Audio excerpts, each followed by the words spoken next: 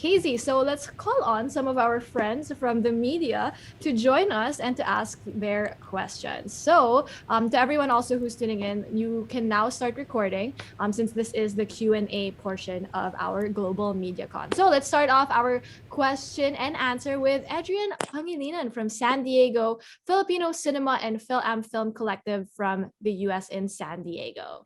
Hello. Hello, can you guys What hear time me? is it in San Yes. Diego?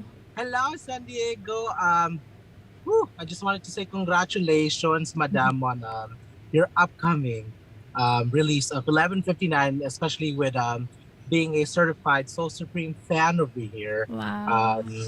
And also to actually, at the moment right now, gusto ko lang, I just want to point out that I'm actually in the middle of the San Diego Filipino Film Festival, which is also very historic here in San Diego, representing the very first full Filipino film festival here. So talagang Wow. talagang like to be here and at the same time talagang malakas Pinoy power.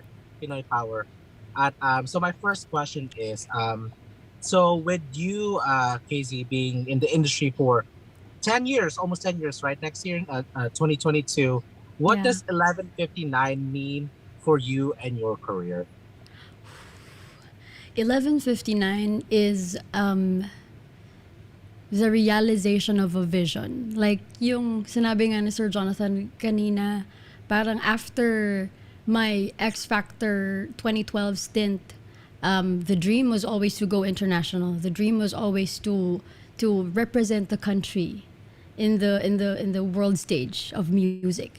Parang ganun. Now after 9 years, I get to release 11:59, which is my first international single. So parang yun nga, it's the realization of a vision. The realization of a dream. Parang ganon. It's something that I'm gonna remember for the rest of my life. Thank And you. I love I'm your fur sorry. coat. Oh, thank I you. know, I was just gonna say. It's funny because it's only fall here, fall pa lang dito sa San Diego, but it's gotten cold, honestly. And sorry for the background noise or people leaving the film festival. I'm in my car actually. So my follow-up question is, with someone whose career trajectory is clearly being interwoven, talagang masarap, it's been such a fun journey watching you really parang blossom out of your shell, Wow, thank you. reaching your 10 years. I'm actually curious, KZ, you've talked about your processes a lot, and actually would you mind like diving into details on some of them, because a lot of your songs are very tagos sa puso, unang note pa lang, unang woo, parang ay may there's something. Would you mind like maybe taking through us like what rehearsal process for you looks like to get into that flow state for you to convey the heart of your song? Thank you. Preparation is key.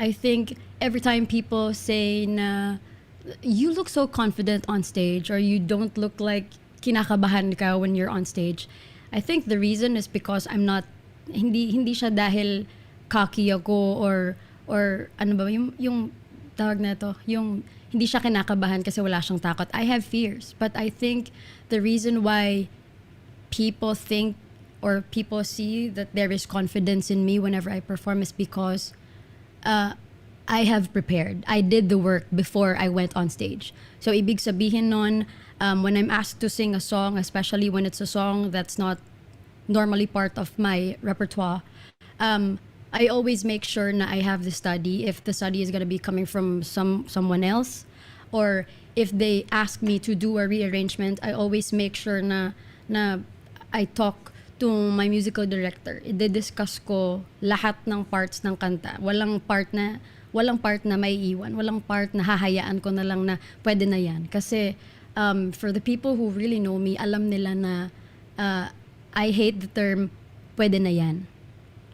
I am a firm believer of kung gagawin mo yung best mo. Kung hindi mo din gagawin yung best mo, wag mo nang gawin. Ganun ako. And sometimes it's not good because syempre hindi naman perfect ang lahat ng bagay. So ayun, what I do is I always make sure I have the study. I I'm a visual learner, so I make sure na pag may lyrics, sinusulat ko siya. Nagsusulat ako, may mga notes ako, may mga symbols ako just to remind me, okay, this part, pause. This part, kailangan mo like 2 bars before the next line. And then this part, ganito, ganyan. This part, modulation, ganyan. So, hinihimay ko talaga lahat. And although I love being spontaneous during my performances, I make sure na meron akong solid arrangement, vocal arrangement. Just so when I'm on stage and I can't be spontaneous, because there really are moments na parang wala kang maisip because minsan sobrang pagod ka or wala ka lang talaga maisip. I make sure na I have an arrangement na pwede kong balikan pag nagpa-perform ako. Ganun akong klaseng tao because I don't want people to watch me perform and see that I'm thinking while I'm performing. Kasi parang feeling ko kasi doon nagkakaroon ng disconnect. When people see that you're thinking during your performance, ibig sabihin hindi ka lunod doon sa kanta. And when hindi ka lunod doon sa kanta, hindi ka nakaka-connect doon sa kanta. So hindi mo matatranslate yung mensahe na hinihingi ng kanta doon sa mga manonood mo. Kaya pag nagpa-perform ako, I don't even think about what I look like during my performance. Minsan parang tanga nakatingnan, but I don't care. If the song asks for me to do a stank face during a performance, I don't care.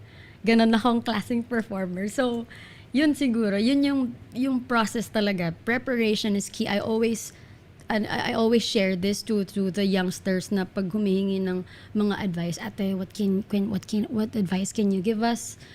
Para ganito, yun. Preparation is key.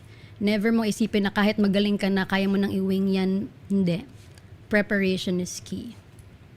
Yun talaga. Madam, maraming salamat sa masterclass. Pati talaga, I just want to say that you really brought out a very important point in foundation, having a solid plan prior to coming, because if you don't have your stuff together, then how can you break? Like, paano mo mahihima if you don't have nothing set in the first place? Yeah. So, Yes. maraming salamat. And we can't wait for your album, whatever that is. 10 years next year album. Pero Thank you. maraming salamat. And congratulations again in advance, and have a good day.